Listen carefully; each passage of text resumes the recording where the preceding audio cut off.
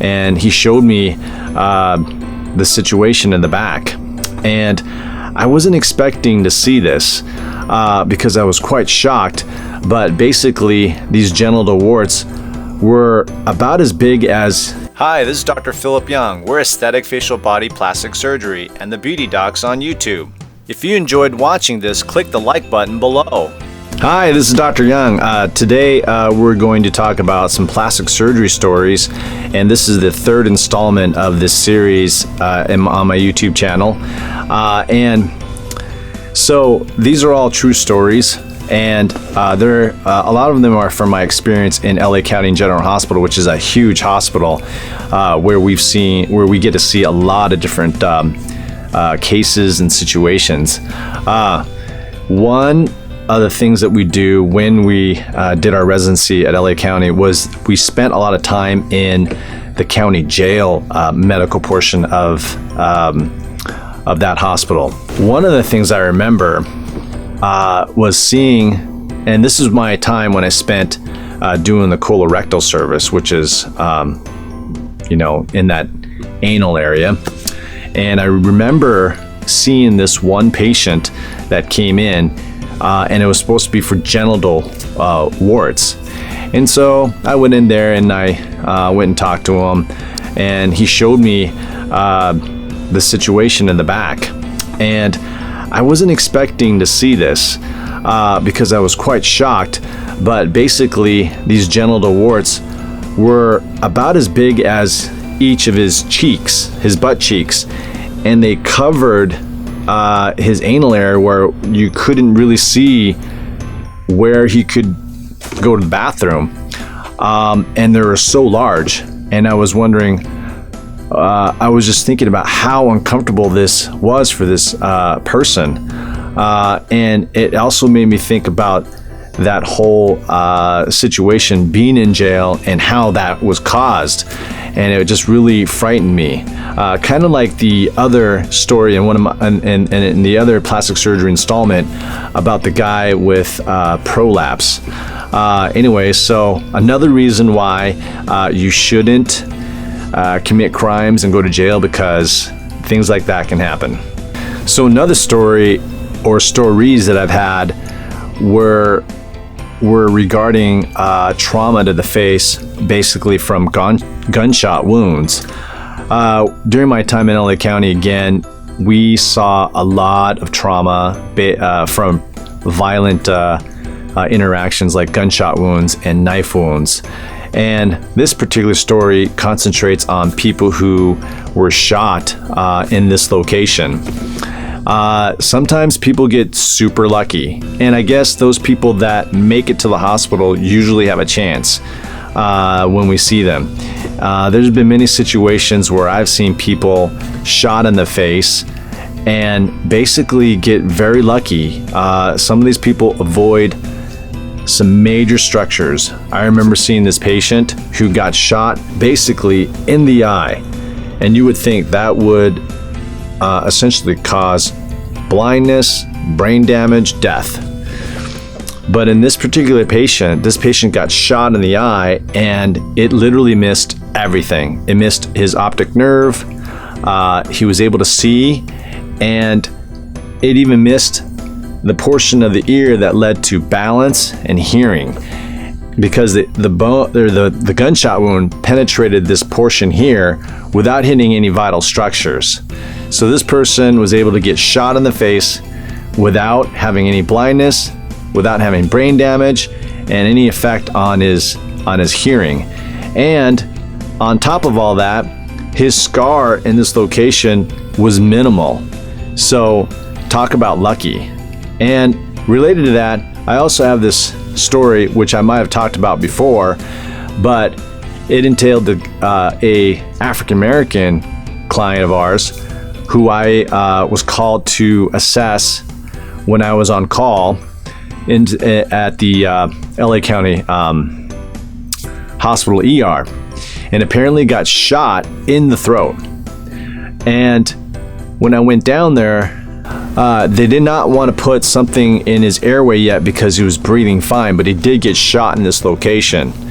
And And in this situation, a lot of times you have to put an emergency tracheotomy in there.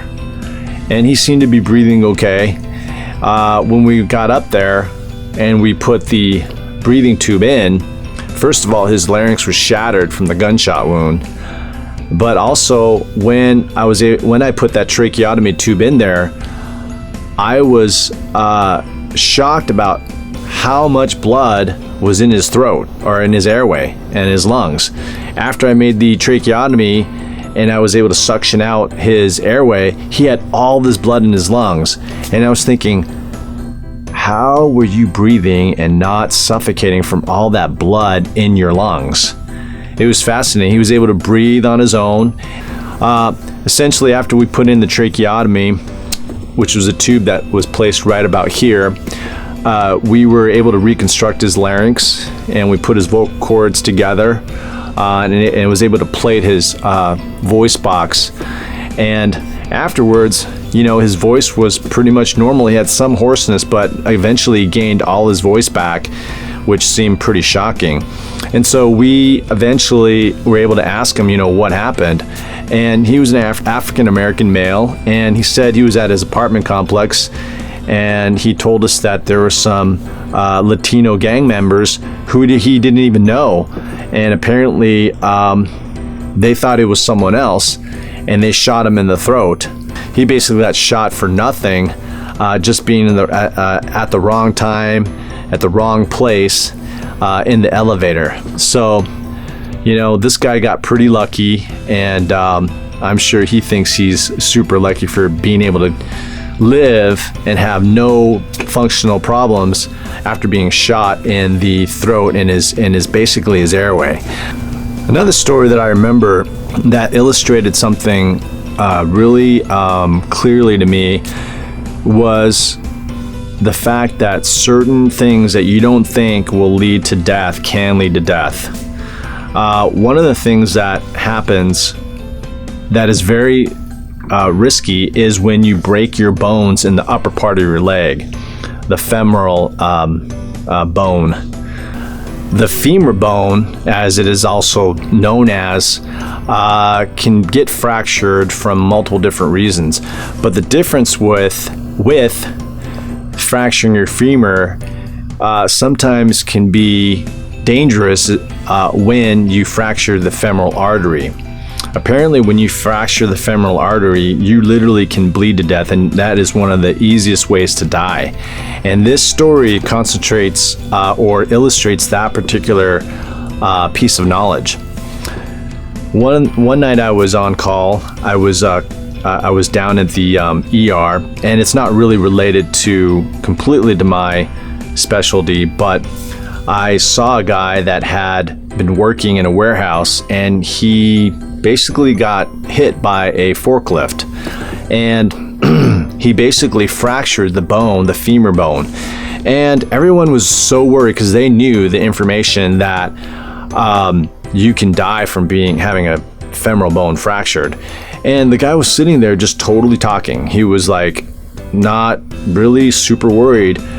Maybe he was in shock, but he was wondering why everybody was running around worried about him.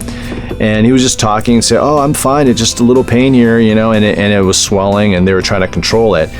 But some of the parameters and labs that they were looking at did indicate that he lost a lot of blood in his leg, but he did not realize how serious it was and was wondering why everybody was so worried.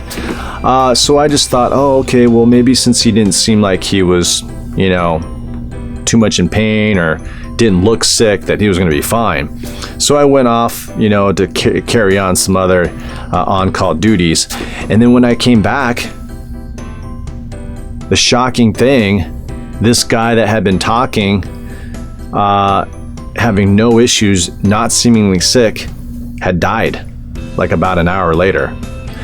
So realize, and this is something for anybody that's in that situation, anybody that gets the upper leg broken, be very cautious, because that can lead to death. Apparently you can lose 3 liters of blood in your leg from having that bone fractured. So another really interesting thing that I learned in my training and time at LA County Hospital.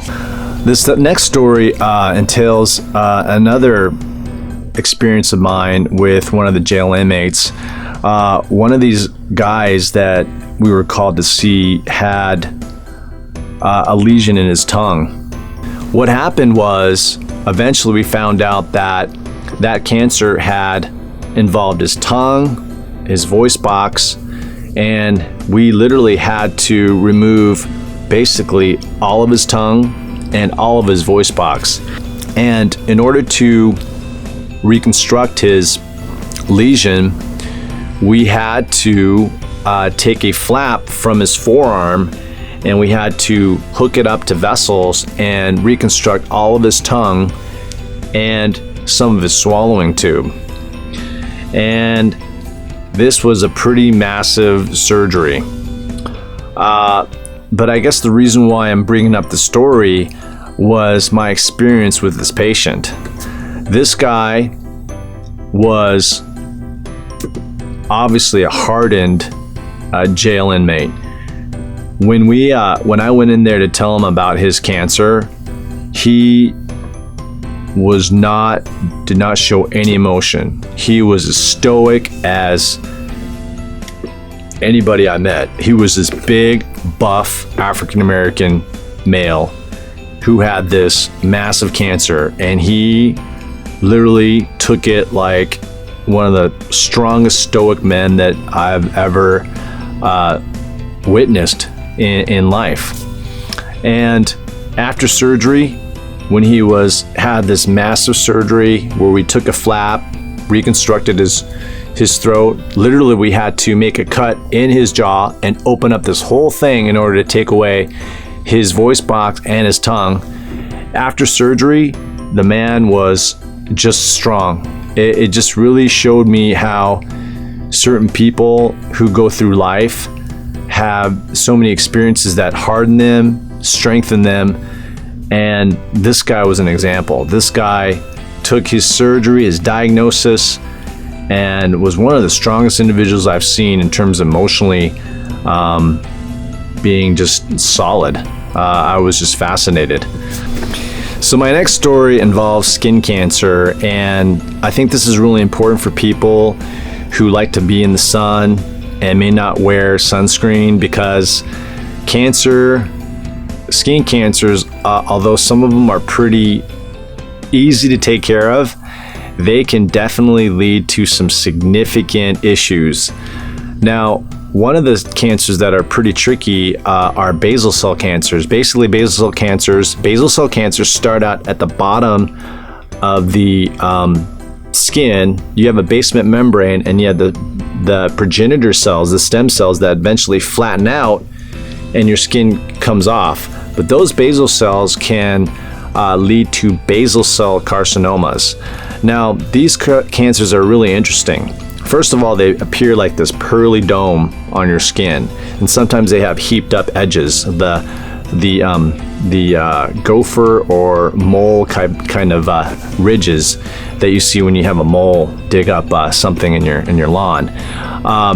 But these cancers, although benign, basically their metastasis rate is less than 5%. So survival is really common with basal cell carcinomas. But you have to be really, this particular story is a